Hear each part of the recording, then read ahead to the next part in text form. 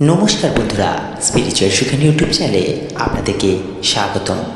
আজ শ্রাবণ মাসের দ্বিতীয় শনিবার, আর আজ আমরা পাঠ করতে চলেছি শনিদেবের পাঁচালী।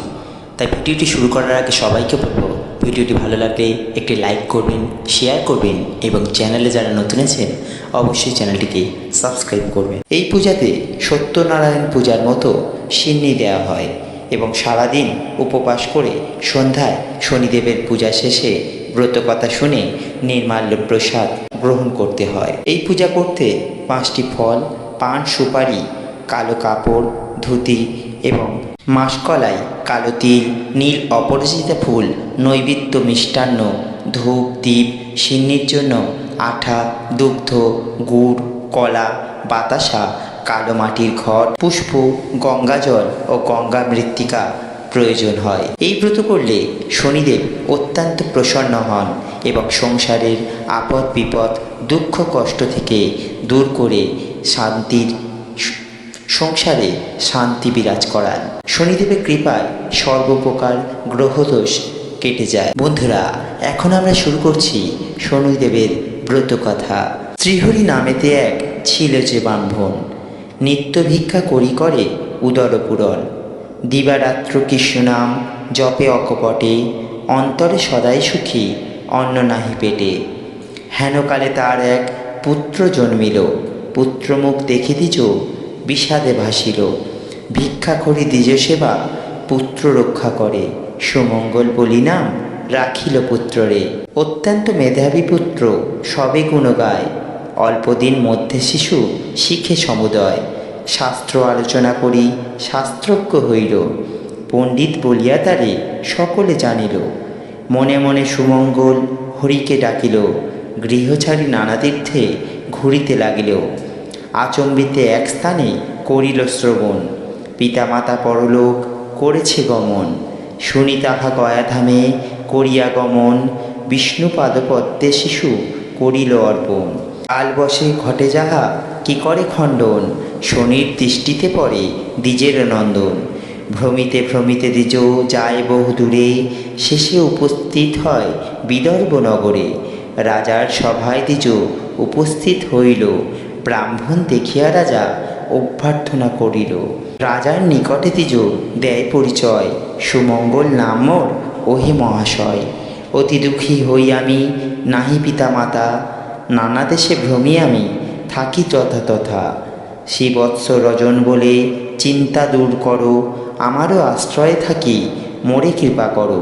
শাস্ত্রজ্ঞ পণ্ডিত তুমি বুঝি অনুমানে, শাস্ত্রপাঠে তুষ্ট করো সভাসদগণে।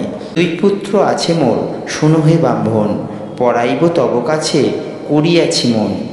রাজার বাক্যেতে দ্বিজ সন্তুষ্টি হইল, রাজার আশ্রয়ে বাস করিতে লাগিল। 2 রাজপুত্রে দ্বিজ অতি যত্ন করে, নিত্যই পড়ায় দ্বিজ রাজার কুমারে।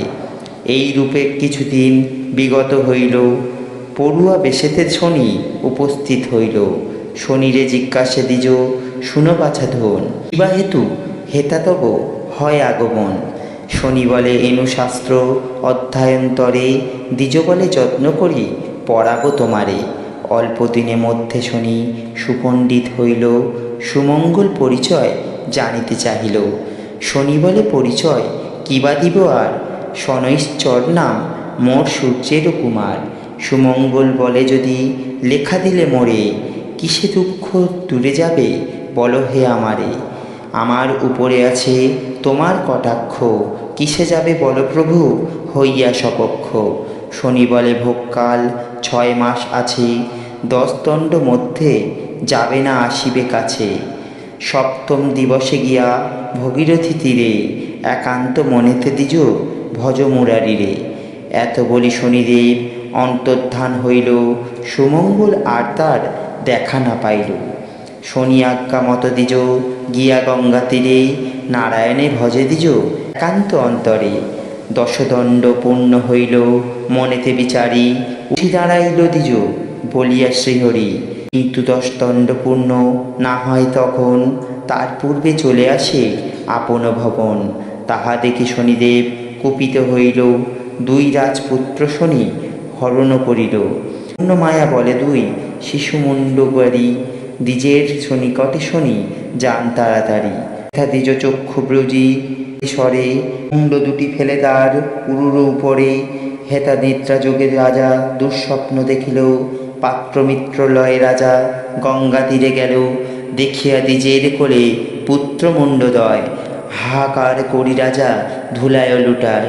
রাজা দেশে দূতগণ বাঁধে ব্রাহ্মণেরে, শৃঙ্খলে বন্ধন করি রাখে কারাগারে।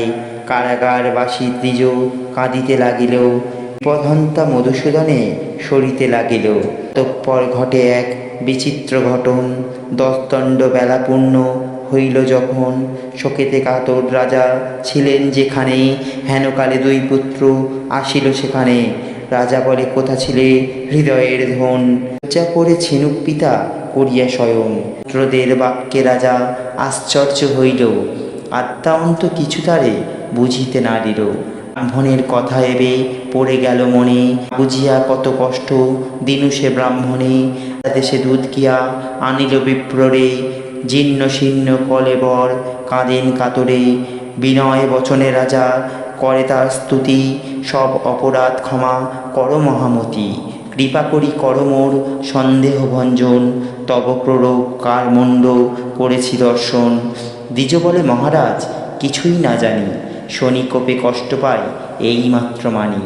বলে যদি পাই শনির দর্শন, দোষোপাচারে তার করিব পূজন। নৃপবাক্য শনি দ্বিজ করিল গমন, শনির নিকটে সব করে নিবেদন। শুনিয়া সকল কথা শনিদেব এলো, শনিদেবে দেখি রাজা প্রণাম করিল। রাজা বলে যদি প্রভু এলে কৃপা করে, পূজার বিধান তবে বল প্রভু মোরে। শনি বলে পূজা বিধি শুনো হে রজন, যে রূপে করিবে মোর পূজা আয়োজন। শুদ্ধভাবে শুদ্ধ মনে আমার বাড়িতে, করিবে আমার পূজা একান্ত মনেতে। নীল বস্ত্র নিকৃষ্ণ তিল আর তৈল দিবে, মাসকলাই আর মোষ সংগ্রহ করিবে। কৃষ্ণবর্ণ ঘট এক করিয়া স্থাপন, পঞ্চজাতি ফল ফুলে করিবে অর্চন। এই মোরে পূজাবিধি কহিলাম সার, ভক্তি প্রধান যেন কি কহিব আর। পূজা শেষে ভক্তি ভরে করিবে প্রণাম, নবগ্রহ স্তোত্র পাঠে লইবেক নাম। আমার প্রসাদ খাবে যতন, সর্বপাপ দূরে যাবে আমারও বচন। অভক্তি করিয়া যে বা প্রসাদ খাইবে, অল্প দিনে সমনের ভবনে সে যাবে। আমার পূজা যে বা করিবে অনাদর, কাল দুঃখ পেয়ে হইবে কাতর। এত বলি শনিদেব হন অদর্শন, ভক্তি ভরে করে রাজা শনিরও পূজন। শনিবারে পূজা করে নৃপবর, বিপ্রগণে দান দিয়া তুষিল বিস্তর। নৃপপাশে সুমঙ্গল বিদয় লইয়া, শনিদেবের পূজা করে গঙ্গা তীরা গিয়া। রূপে পূজা প্রচারিল শনিদেব, যাহার যেমন সাধ্য সেভাবে পুজিবে। শনির মাহাত্ম্য যত কে বর্ণিতে পারে, কিঞ্চিত রচিত হইল শনিদেবের বারে। সর্বদা শনির পথ থেকে যার মনে, উদ্ধারে বিপদ হতে পড়িলে সমনে। পাঁচালী যে বা রাখিবে ভগবনে, কখনো না পড়ে সে বিপদ বন্ধনে। প্রণমিয়া যে বা পাচ্ছে যায়, আদর করে তারে রাজার সভায়। স্কন্দ পুরাণের কথা অন্যথা না হয়, যথাবিধি ব্যাসবাক্য কভু মিথ্যা নয়। শুদ্ধাশুদ্ধ জ্ঞানহীন বলে নিবারণ, ভূমিতে লুটিয়া বন্দি শনির চরণ। এত দূরে এই গ্রন্থ সমাপন করি, শনৈশ্চর প্রীতি সবে বলো হরি হরি হরি। আজকের ভিডিওটি এখানেই সমাপ্ত হলো।